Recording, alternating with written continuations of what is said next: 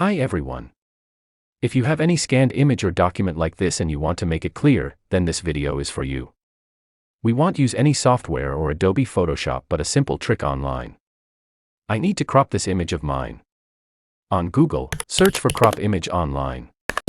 Simply head to I love image. Drag your image or document there.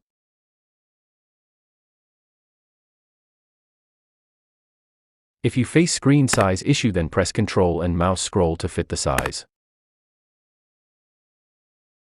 Now simply resize or crop it until you are happy. Finally crop.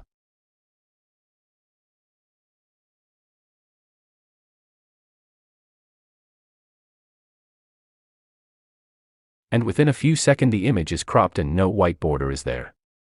So, this is how you can simply use online trick to get your image cropped and fixed. Please be with us and also subscribe to Joseph IT. Goodbye.